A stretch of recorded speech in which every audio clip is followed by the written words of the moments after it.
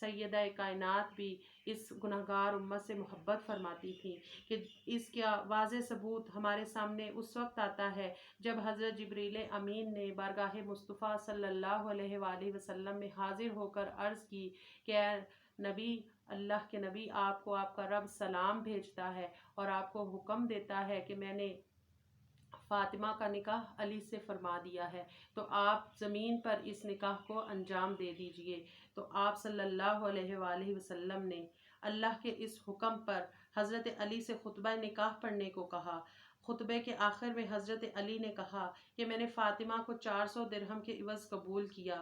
حضور، کیا آپ فاطمہ کا نکاح مجھ سے فرماتے ہیں؟ حضور نے فرمایا کہ میں نے فاطمہ کا نکاح علی سے کر دیا، اور حضرت علی نے اس کو قبول فرما لیا۔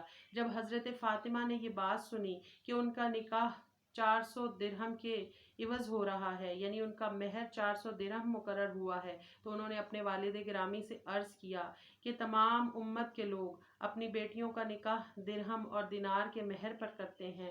ابا جان، آپ تو نبی ہیں، آپ میں اور آپ کی امت میں کچھ فرق ہونا چاہیے۔ خاتون جنت نے کہا کہ اے میرے ابا جان، اللہ تعالیٰ سے عرض کیجئے کہ میرے نکاح کا مہر امت کی بخشش قرار دیا جائے۔ سبحان اللہ۔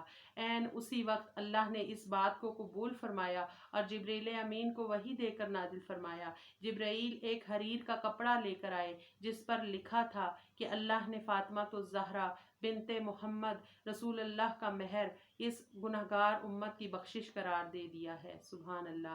چنانچہ وصال کے وقت حضرت فاطمہ نے وصیت فرمائی تھی کہ اس حریر کو میرے کفن میں رکھ دیا جائے، اور اس بات کو امام شیخ محمد الواعظ الرحاوی نے اپنی کتاب جامع المعجزات میں نقل فرمایا ہے۔ اسی طرح آپ کی سخاوت اور اثار کے بھی بہت سارے واقعات ہیں جو تاریخ کی مختلف کتابوں میں درج ہیں۔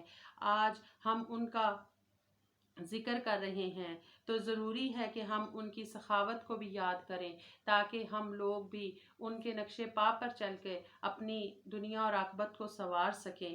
سید الانبیاء حبیب کبریا صلی اللہ علیہ وآلہ وسلم کی بارگاہ میں ایک سائل نے حاضر ہو کر صدا لگائی کہ یا رسول اللہ، میں فاقے سے ہوں۔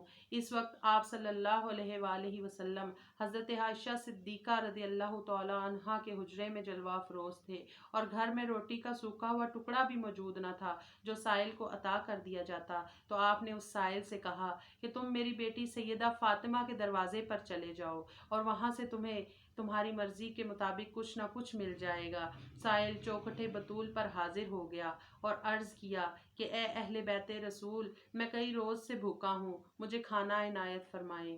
جب حضرت فاطمہ الزہرا سلام اللہ علیہا نے سائل کی درد بھری آواز سنی تو ان کا دل بھر آیا، مگر ان کے گھر میں بھی 2 روز سے فاقہ تھا اور کوئی چیز ایسی نظر نہ آتی تھی جو سائل کو دے دی جائے۔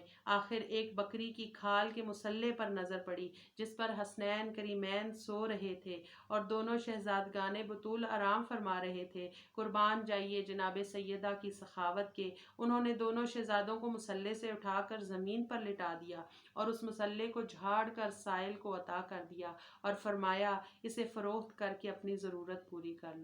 سبحان اللہ، کیا سخاوت ہے! آج کوئی ماں اپنے بچوں کے منہ سے نوالا چھین کر کسی سائل کو نہیں دے سکتی، لیکن جناب سیدہ فاطمہ الزہرا کی شان پہ قربان جائیے جو اپنے بچوں کو آرام سے بے آرام کر کے وہ اللہ کے خاطر اور اللہ کی رضا کی خاطر اس ایک ادنا سی چادر کو بھی خیرات میں عطا کر دیتی ہیں، کیونکہ اہل بیت اطہار نے اپنے لیے فقر کو پسند کیا تھا۔ اور اسی طرح ایک اور واقعہ ہمیں ان کی سخاوت کا ملتا ہے کہ حضرت سیدۃ النساء فاطمہ الزہرا سلام اللہ علیہا کے پڑوس میں رہنے والی ایک عورت ان کے گھر آئی۔ اس کے ساتھ ایک بچہ بھی تھا جس کا کرتا بہت پھٹا اور پرانا تھا۔ آپ سلام اللہ علیہا اس کی حالت کو دیکھ کر تڑپ گئیں۔ ادھر اس عورت نے سوال کر دیا کہ اے سیدہ، اگر تیرے شہزادوں میں سے کسی کی اتری ہوئی قمیض ہو تو میرے بچے کو عنایت فرما دیجئے۔ حضرت سیدہ پہلے ہی اس کی قمیض کو دیکھ کر پریشان تھیں۔ آپ نے اپنے بیٹے حسن مجتبیٰ جو اس وقت سو رہے تھے انہیں بیدار کیا اور ان کے گلے سے قمیض اتار کر اس بچے کو دے دی، اور پھر حضرت حسن رضی اللہ تعالیٰ عنہ کو ایک پرانی قمیض دھو کر پہنا دی اور اس کے سائل کی ضرورت کو پورا فرما دیا۔ یہ ان کا اثار تھا، ان کی سخاوت تھی، جس کی وجہ سے اللہ پاک نے ان کی شان میں قرآن کریم میں بھی آیات نازل فرمائی۔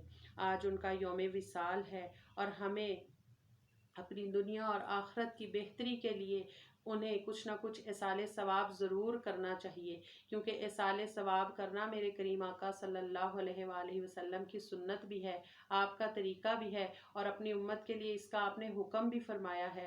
تو آج کیوں نہ ان کی بارگاہ میں 2 رکعت نماز نفل ادا کر کے، اس اللہ کی بارگاہ میں 2 رکعت نماز نفل ادا کر کے ان کا ثواب جناب سیدہ کی بارگاہ میں پیش کیا جائے۔